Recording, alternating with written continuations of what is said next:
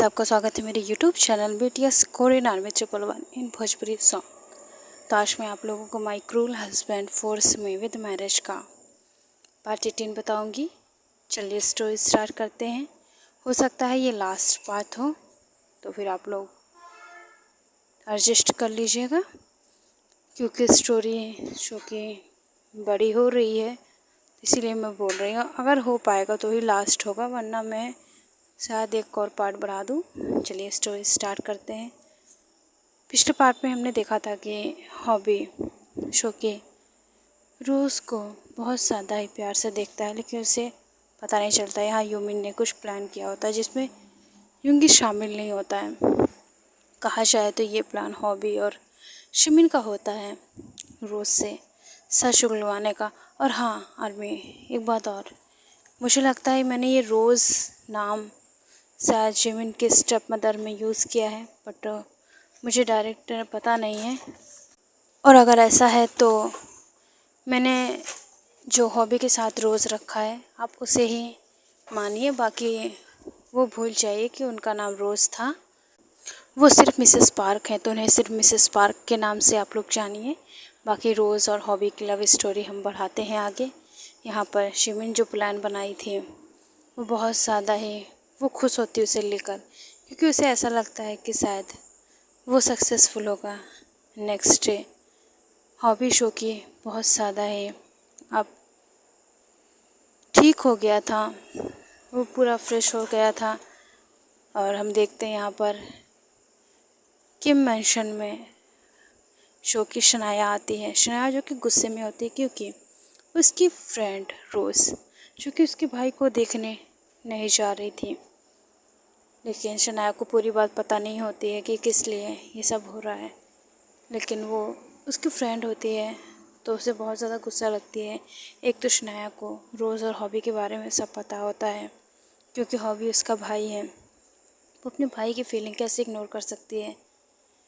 यहाँ पर शिमिन जो कि बार बार अपने हस्बैंड से कहती है कि प्लीज़ युंगी, प्लीज़ समझो मेरी बात को। वो दोनों एक दूसरे से प्यार करते हैं, उन लोगों को मिलाना ही होगा हमें। युंगी बिल्कुल ही शांत लफ्ज़ों में कहता है कि मुझे तुम मत बताओ, मुझे पता है मुझे क्या करना है, ठीक है? तो तुम प्लीज़ अपने काम पे फोकस करो। और हाँ, एक बात याद रखना, अगर कुछ भी गड़बड़ हुई तो तुम्हें मुझसे बुरा इंसान देखने को कहीं और नहीं मिलेगा। समझ में आई? बस ये याद रखना कि कोई मेरी सिस्टर को हर्ट ना कर पाए। अगर उसे हर्ट हुआ फिर मैं तुम्हें देख लूँगा। शिमिन जो कि कुछ नहीं कहती और कहती है कि मैं उन दोनों को मिला रही हूँ, इसमें हर्ट क्या है, कुछ भी नहीं है। और मेरी शिमिन जो कि बहुत ज़्यादा इनोसेंट होती है, उसे नहीं पता होता कि आगे क्या होने वाला है। यहाँ पर हम देखते हैं कि युंगी के बड़े पापा जो होते हैं उनका कुछ और ही प्लान चल रहा होता है। उन्होंने ही रोज़ को इतने दिनों से यूज़ किया है और रोज़ रात उसके साथ इस तरीके की हरकतें करते हैं और उसे पनिश करते हैं। अगर वो हमारे प्यारे हॉबी को देखती है तो भी उसे पनिशमेंट मिलती है। वो अपने मन में कहता है कि बहुत ज़्यादा ही तुम्हें जल्दी है ना हॉबी के पास जाने की, उससे शादी करना चाहती हो ना, उससे प्यार जो करती हो। अब मैं देखता हूँ तुम कैसे करती हो। तुरंत ही रोज़ के रूम में जाता है, क्योंकि सब हॉबी को लेके टेंस होते हैं और उस पर किसी का भी ध्यान नहीं होता है। यहाँ पर शनाया जो कि रोज़ के पास आने वाली होती है, तभी हम देखते हैं कि रोज़ जो कि किचन में होती है और वो आराम से कुछ काम करती है। तभी शिमिन जो कि वहाँ पर तो पहले से होती है, शनाया आके कहती है कि मुझे ना तुमसे एक बात कहनी है। वैसे भी तुम्हारी दोस्ती मेरी किसी काम की नहीं है, तुम मेरे भाई को देखने भी नहीं आई हॉस्पिटल में, तो मैंने सोचा है कि मैं तुमसे दोस्ती ख़त्म कर दूँ। और हाँ, मेरे भाई की आज शादी है तो तुम ज़रूर से ज़रूर आना, क्योंकि मेरे भाई जिससे शादी कर रहा है वो बहुत ज़्यादा खूबसूरत और इंटेलिजेंट है और तुम्हें उसे देखकर बहुत ज़्यादा अच्छा लगेगा। और वैसे भी तुम तो यही चाहती हो कि मेरा भाई जल्द से जल्द किसी और का हो जाए, तो फिर तुम्हें इनवाइट करने के लिए भाई ने ही कहा है, तो तुम ज़रूर से ज़रूर आना। और हाँ, आज से हमारी दोस्ती ख़त्म, और अगर मेरी दोस्ती चाहती हो तो आज ज़रूर जाना, क्योंकि मेरे भाई ने मुझसे कहा है कि मैं तुमसे दोस्ती ना ख़त्म करूं।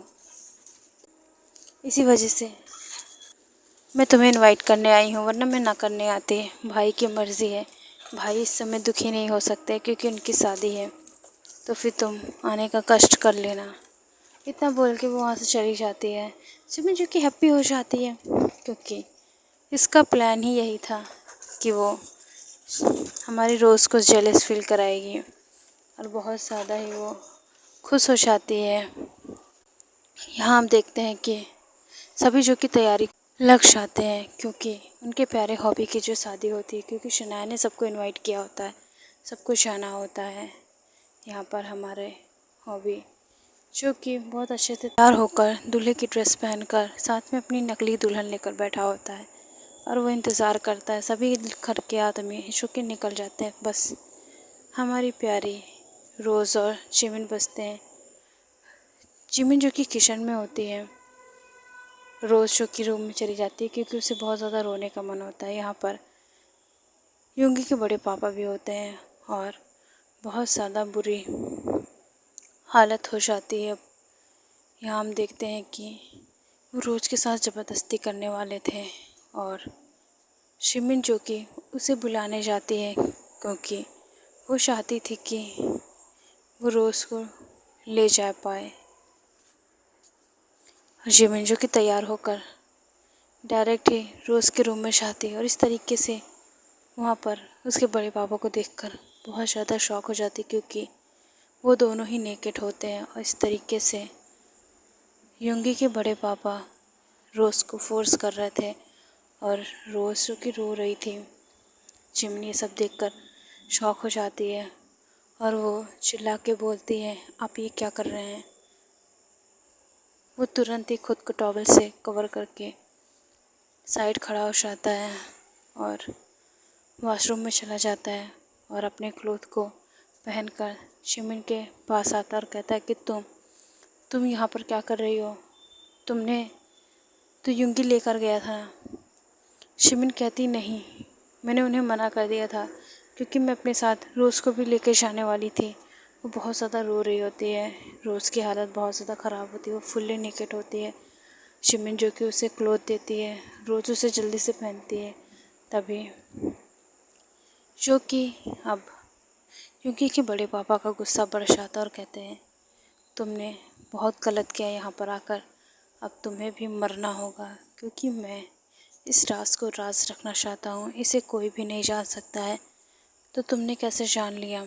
इस तरीके से वो अब जिमिन को बहुत ज़ोर से स्लैप मारते हैं और कहते हैं, तुम्हें अब मैं बताता हूँ। और जल्दी से वो अपने दो सबसे भरोसेमंद आदमी को बुलाते हैं, और वो दोनों ही आते हैं। और यहाँ पर हम देखते हैं कि बड़े पापा जो होते हैं वो बहुत ज़्यादा ही बुरी तरीके से अब जिमिन को घूर रहे होते हैं, और कहते हैं, ले जाओ इसे और ख़त्म कर दो।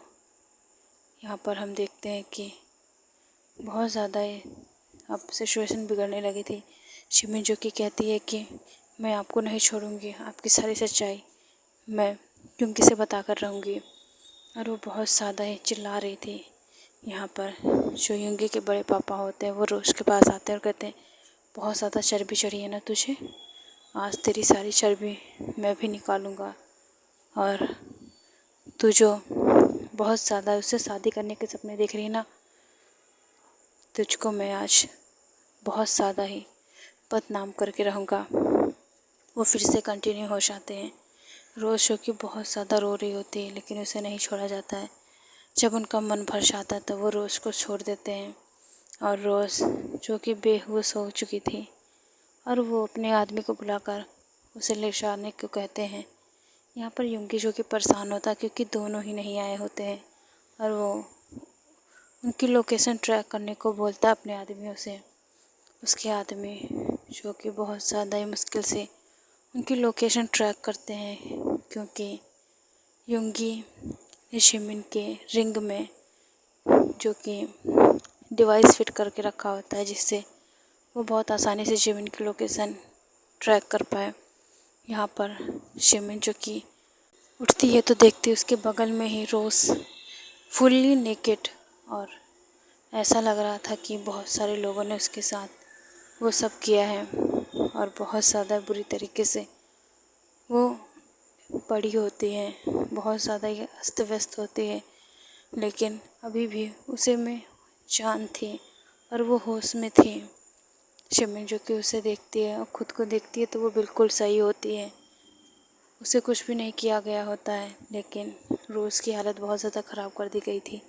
उसे एकदम बदनाम करने के लिए उतनी बुरी तरीके से उसे ट्रीट किया गया। रोज़ शो की ज़मीन के गले रुक के रोने लगती है।